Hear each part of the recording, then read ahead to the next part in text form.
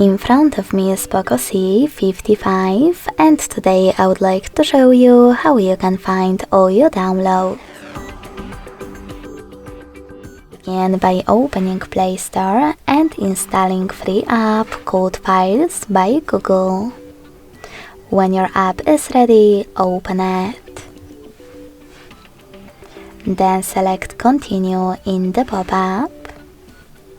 Tap on Allow and click on the gray switcher next to allow access to manage all files. Finally, you can tap on Browse at the bottom in the middle and click on Downloads category. As you can see, all my downloaded files are over here. To access one, just click on it.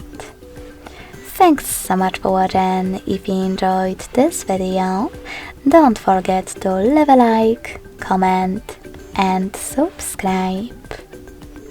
Bye!